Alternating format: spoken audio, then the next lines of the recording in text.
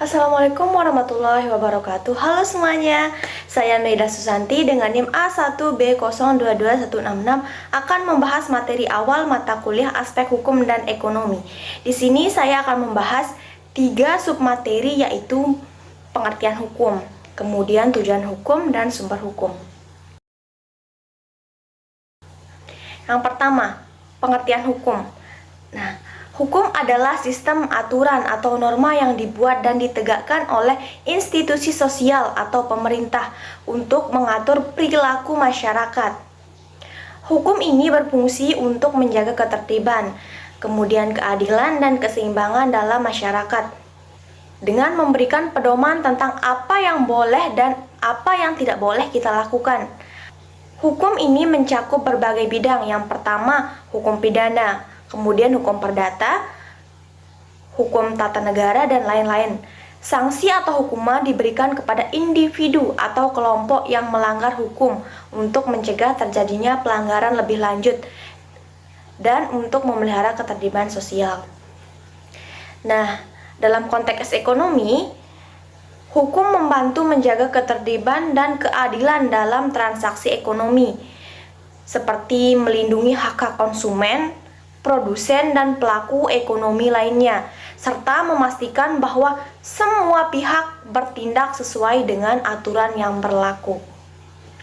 Nah, di sini ada satu contoh, yaitu hukum perdata. Hukum perdata ini mengatur kontrak bisnis yang merupakan dasar dari banyak transaksi ekonomi.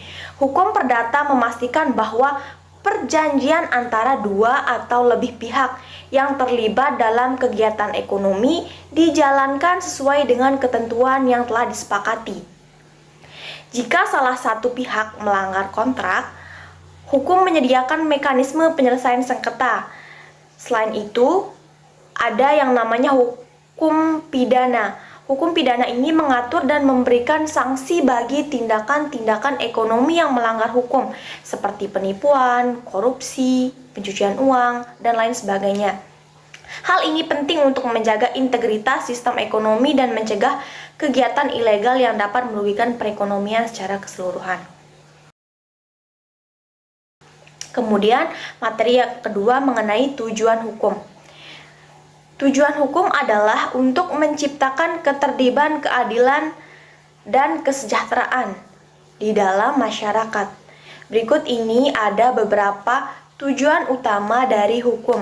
Yang pertama, ketertiban sosial. Hukum bertujuan untuk menjaga ketertiban dalam masyarakat dan mengatur perilaku individu maupun kelompok. Dengan adanya hukum, tindakan-tindakan yang merugikan orang lain atau merusak tatanan sosial dapat dicegah dan dihukum. Nah, dalam konteks ekonomi, ketertiban hukum mengurangi ketidakpastian yang mendorong investasi dan pertumbuhan ekonomi. Misalnya, perusahaan merasa lebih aman untuk beroperasi dalam pasar yang diatur dengan baik, di mana aturan ditetapkan secara konsisten. Kemudian, yang kedua, ada perlindungan hak dan kebebasan. Hukum berfungsi untuk melindungi hak dan kebebasan individu, seperti hak atas properti, hak untuk hidup, hak untuk berbicara, dan hak untuk beribadah. Hukum memastikan bahwa setiap orang diperlakukan secara adil dan hak-haknya diakui dan dihormati. Dalam konteks ekonomi, ada yang namanya perlindungan hak dan kepemilikan. Tanpa perlindungan hukum atas hak milik, individu dan perusahaan tidak akan memiliki insentif untuk berinvestasi atau menciptakan kekayaan. Misalnya nih, hukum properti memastikan bahwa aset seperti tanah, bangunan, kekayaan intelektual, sehingga pemiliknya dapat menggunakannya untuk kegiatan ekonomi dengan aman. Yang ketiga, ada keadilan. Salah satu tujuan utama hukum adalah mencapai keadilan. Nah, hukum berupaya untuk memberikan perlakuan yang adil kepada semua orang tanpa memandang status, kekayaan, atau latar belakang mereka. Ini berarti bahwa setiap orang harus diberlakukan sama di hadapan hukum dan bahwa hukum harus ditegakkan dengan cara yang tidak diskriminatif. Berbicara dalam konteks ekonomi, regulasi seperti hukum anti monopoli dan perlindungan konsumen memastikan bahwa semua pelaku ekonomi diberlakukan secara adil.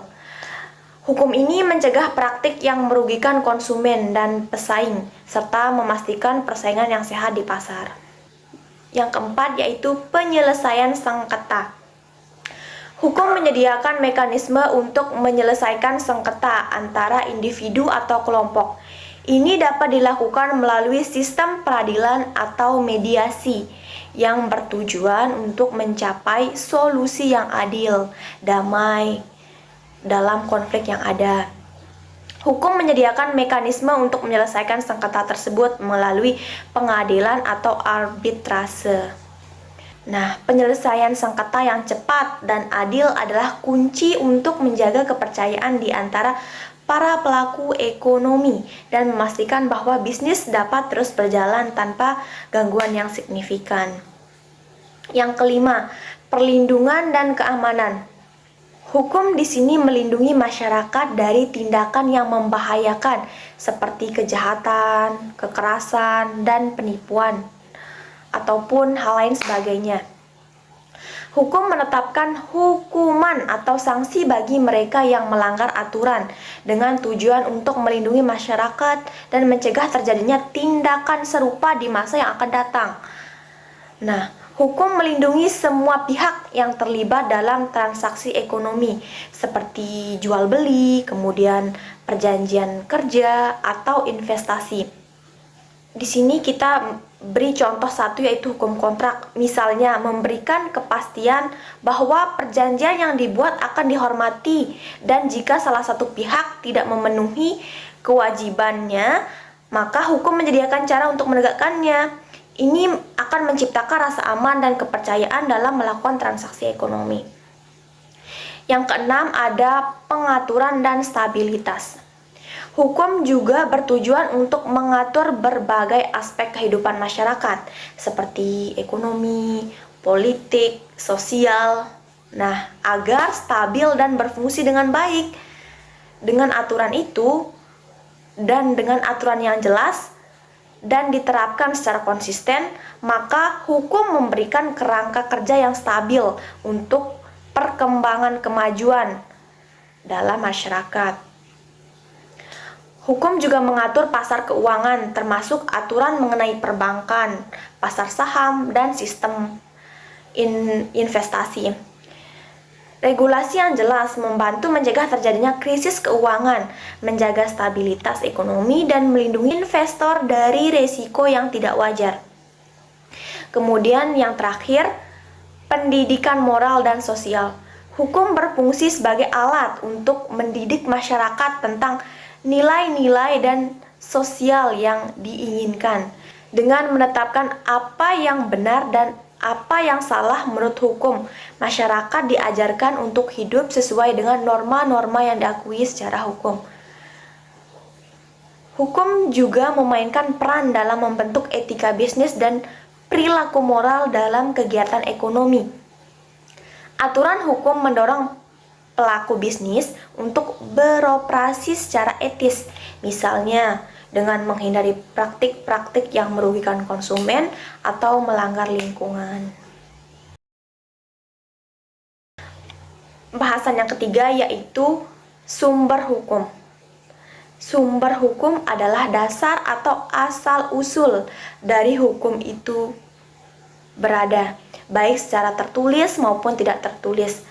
Sumber hukum yang dapat kita lihat yaitu berupa norma-norma yang diakui dan diterapkan dalam masyarakat, serta dokumen-dokumen resmi yang menjadi acuan dalam menegakkan hukum. Berikut ini contoh dari beberapa sumber hukum. Yang pertama itu undang-undang. Ada Undang-Undang Dasar. Konstitusi atau Undang-Undang Dasar ini adalah hukum tertinggi dalam suatu negara yang menjadi dasar bagi semua hukum lainnya. Kemudian ada peraturan perundang-undangan yang dibuat oleh badan legislatif seperti parlemen dan disahkan oleh pemerintah. Ini mencakup berbagai aturan yang mengatur aspek kehidupan bernegara, mulai dari hak-hak individu hingga kebijakan ekonomi. Di sini ada undang-undang yang mengatur tentang perekonomian di Indonesia. Yang pertama, Undang-Undang Dasar Negara Republik Indonesia tahun 1945 pada pasal 33 ayat 1 yang menyatakan bahwa perekonomian Indonesia disusun sebagai usaha bersama berdasarkan asas kekeluargaan. Dan pasal 33 ayat 2 menyatakan bahwa cabang-cabang produksi yang penting bagi negara yang menguasai hajat hidup orang banyak dikuasai oleh negara. Kemudian Undang-Undang Nomor 24 Tahun 2019 tentang ekonomi kreatif, dan yang terakhir Peraturan Pemerintah Nomor 24 Tahun 2022 tentang Peraturan Pelaksanaan Ekonomi Kreatif juga. Kemudian yang kedua ada kebiasaan. Kebiasaan ini atau yang disebut dengan adat adalah praktik yang telah dilakukan secara konsisten dalam masyarakat dan dianggap sebagai hukum, meskipun hukum ini tidak tertulis. Dalam beberapa sistem hukum, kebiasaan lokal diakui dan diterapkan oleh pengadilan. Dalam hukum adat, praktik tawar-menawar di pasar yang sering kita lihat diatur oleh kebiasaan yang berkembang dalam masyarakat, bukan sistem yang tertulis oleh pemerintah. Nah, hukum adat ini mengakui kebiasaan ini sebagai bagian dari transaksi jual beli yang sah dan dianggap sebagai cara untuk mencapai kesepakatan, entah itu harga ataupun kualitasnya, dengan adil antara penjual dan pembeli. Nah, dalam konteks tersebut, kesepakatan yang dicapai melalui tawar-menawar memiliki kekuatan hukum adat, meskipun hal itu tidak tertulis seperti yang saya sebutkan tadi. Yang ketiga ada jurisprudensi. Ini adalah keputusan pengadilan yang menjadi preseden atau panduan bagi keputusan-keputusan pengadilan di masa yang akan datang. Dalam berbagai sistem hukum seperti common law, jurisprudensi ini merupakan sumber hukum yang penting. Contohnya, putusan tentang perlindungan konsumen dalam transaksi elektronik.